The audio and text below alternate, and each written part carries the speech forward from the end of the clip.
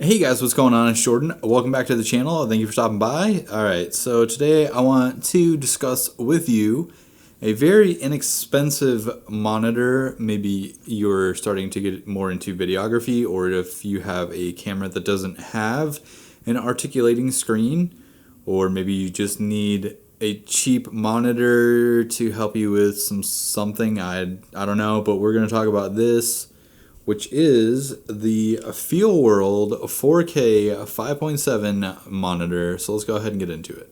So this monitor right here is about $130. I got this off bhphoto.com. So it supports up to 4K. I believe 4K 24 and 4K 30. I don't think it supports 4K 60, although I don't have necessarily a camera that uses or has 4K 60 option anyway, so I can't necessarily verify that right now.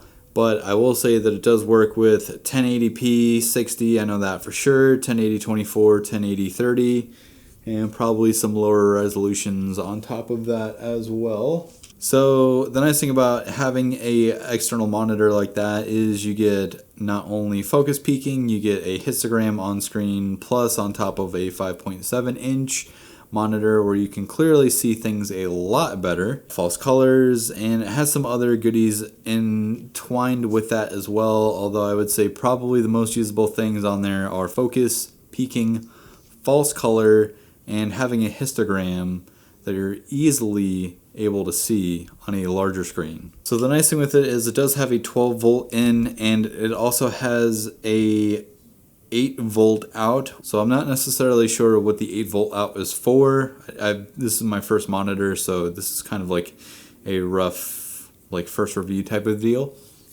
I'm not really necessarily sure, but you probably would be able to hook something up and then run more power into another object if you were working with just one outlet or something like that, let's say. Don't quote me on that, but I'm thinking that's probably what you would be able to do with it. So on the top of the monitor, you have 4 custom button options. They're already preset with some stuff, so like if you are running color focus peaking, they also come preloaded with false color. If you want to do like set up a histogram, that is on there as well. You probably are able to go into the menu and change that, although I haven't necessarily messed with it myself as of yet because I haven't really played with it a whole lot. I've only had it for about a week. Roughly, basically just practicing and using it on a gimbal just to see how much better the workflow and the quality of life is with a larger monitor like that rather than just using the flip out screen on my camera. And I will say it is tenfold.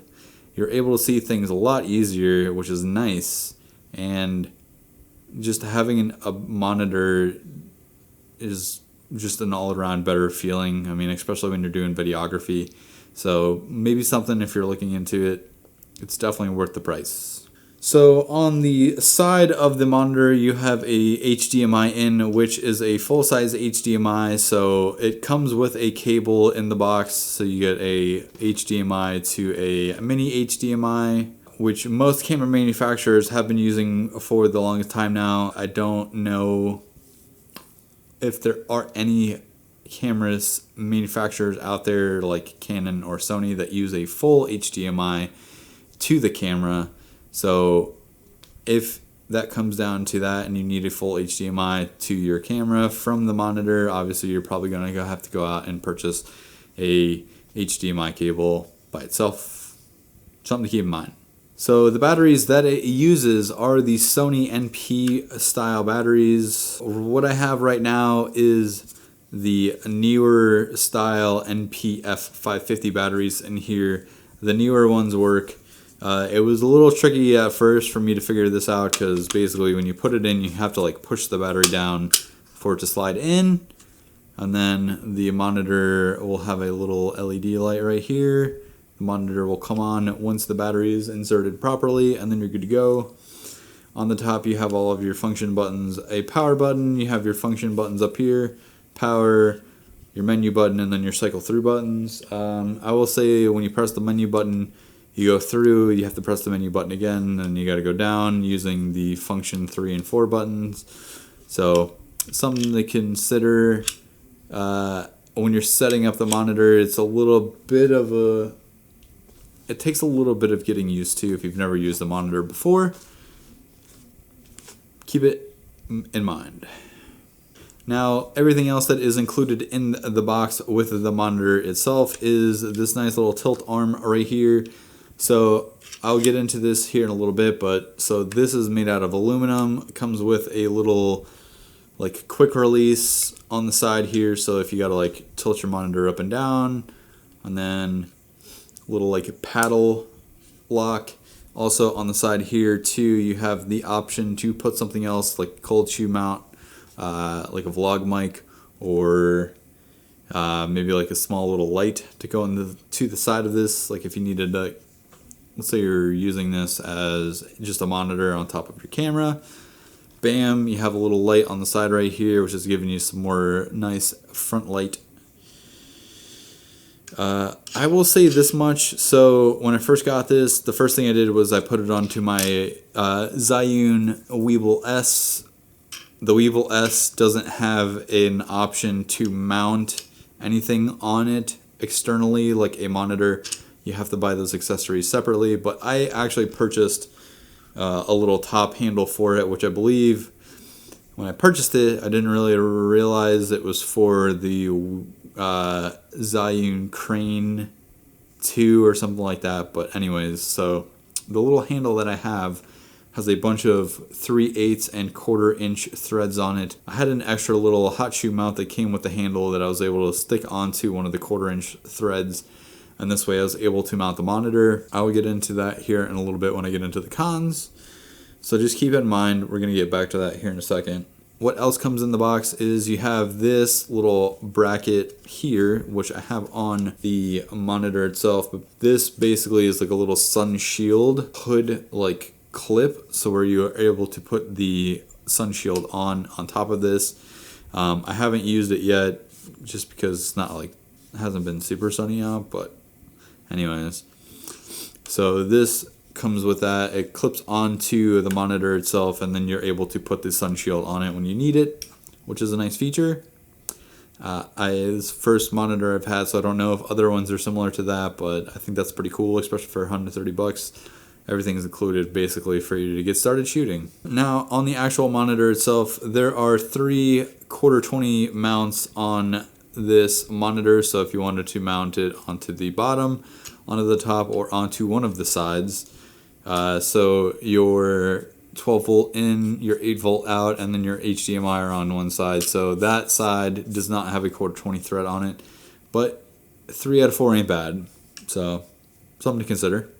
All right, so these are going to be some of the cons that I want to kind of go over with this monitor itself for the small amount of time that I've had it as an initial review. So I will say first and foremost, with this mounting bracket, little tilt arm that they include in here. So I have noticed that, number one, if this bracket arm itself was a little bit longer, there's a few times where I had it set up, so like I had it set up on the side of the handle, so like the handle's here, and I had it set up like this, and I had the bracket set up onto the top here, so this way it would just kind of like hang out off the side. This bracket was not long enough, and basically this bracket kept hitting one of the corners on the monitor, so I wasn't able to like fully really use it. I think if this, like if both sides were equal lengths, you would probably be able to get away with that, but I had to basically mount this upside down on my gimbal. So like my gimbal was like this. I know this is going to be very crude. So the gimbal was here, and then I had the extra handle like this. So I had to mount the monitor underneath of the handle, so basically it would sit underneath the handle, and then like I would grab it here. It's just kind of like a pain. There's like some other ways that I wish that I could mount this onto my gimbal, but I don't have for the Weeble, there's like a little side mount that I don't have the mount for. But I'm also going to see too if they have another mounting bracket arm for a monitor somewhere that I can basically just mount this anywhere and not have to worry about this being the only mounting option that I have. Just something to consider. If you pick one of these up and you already have an extra monitor, or if you already have like an extra monitor that you had laying around, maybe see if that arm will work on this, maybe if it's a little bit bigger. I just feel that the bracket that you get with the monitor itself is maybe just a little too small for the bracket for the monitor itself. Like I said, I kind of wish that this piece right here was a little bit longer, so this way you could mount it here and then be able to swivel it. Let me do this for you. Let me see if, so this way I don't just keep telling you about it. Maybe that makes more sense when I actually show it to you. Like that. I had it set up like this, and then this was on the side, and the bracket just you can't really see that, but it hits the back of the monitor, and it's not pleasant at all. Maybe that's why it's $130. Maybe that's why they give you just like the cheap, crappy factory bracket. Like I said, I think if this bracket on the side was a little bit longer, probably could get away with that, but might have to just look into finding another bracket arm for that in the future if I ever decide to go that route. So another con with this, I will say this much, for the little bit of time that I've had it playing with this monitor, so I don't know if it is this HDMI port or the one that's on the side of my camera. I will notice that sometimes if the cable, like if it's on a gimbal and the cable moves or gets snagged up in any sort of way, the monitor itself will go straight blue. I don't know if it's just this monitor or if it happens on all of these, but for the small amount of time that I've had it, I noticed that is not really necessarily something that I want to happen while I'm trying to film or do something. But if it moves in a certain way, the screen goes blue, and I'm not sure why it does that. It's just kind of a nuisance. Just something to consider. I mean, it is a $130 monitor. It supports 4K, so give or take. I mean, it's kind of like you gotta weigh your options. If you want a more expensive monitor and you have the money, probably not going to be watching this, but I mean, for what it is, $130, I still think it's a good deal. Just something to consider in the long run. If you're doing any sort of professional work, it might not be the best monitor. Time will tell. So I will most definitely say this much, with the battery out, the build quality is nice, but you can tell it's cheap. And when I say you can tell it's cheap, like the plastic just feels cheap.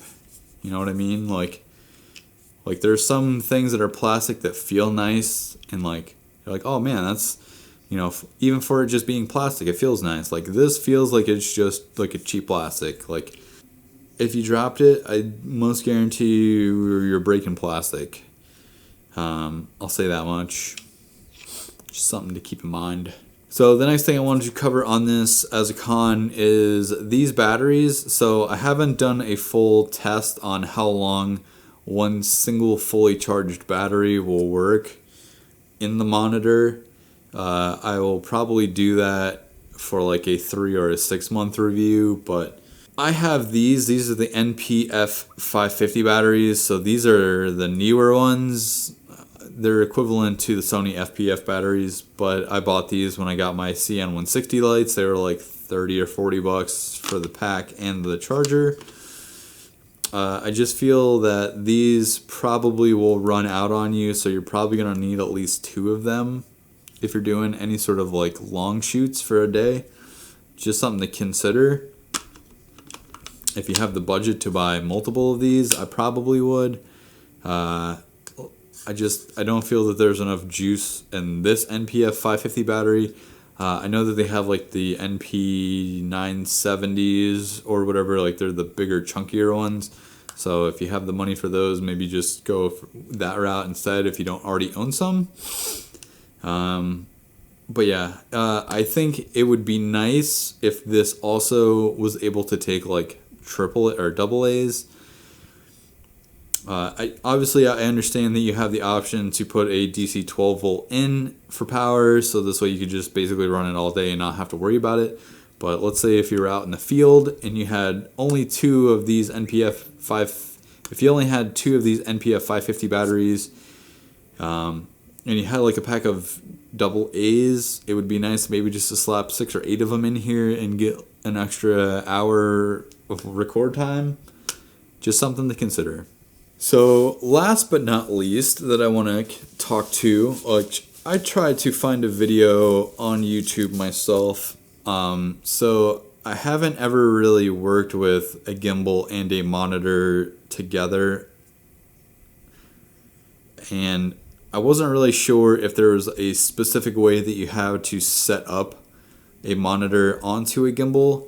Like if you have to balance it a certain way, like you put your camera on there, you balance it, and then you put the HDMI cable into the camera and like let it hang and balance it, or you put the HDMI into the camera and the HDMI into the monitor, and then you balance it that way. So I really wasn't 100% sure. I couldn't find anything, but I will say this much.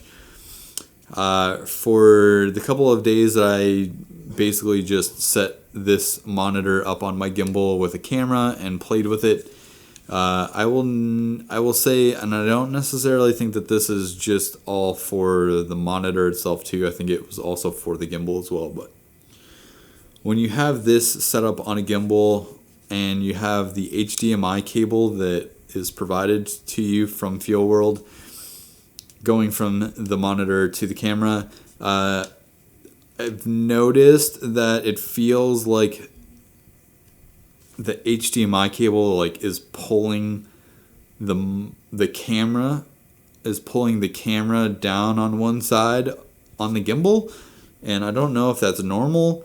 I've tried to look up videos on how to set up a monitor onto a gimbal and like how to balance it properly like that, and nobody really had a specific video for that, so I don't know if there's a specific way. But for, like I said, the couple of days that I was just playing around with it, it just feels like I think the HDMI cable is pulling the balance off of the camera in like a weird way, and so like the camera and the gimbal didn't really feel balanced properly. And like I know that the camera on the gimbal was balanced properly because I balanced it properly, but it just didn't feel like that. I don't know if that makes sense to anybody.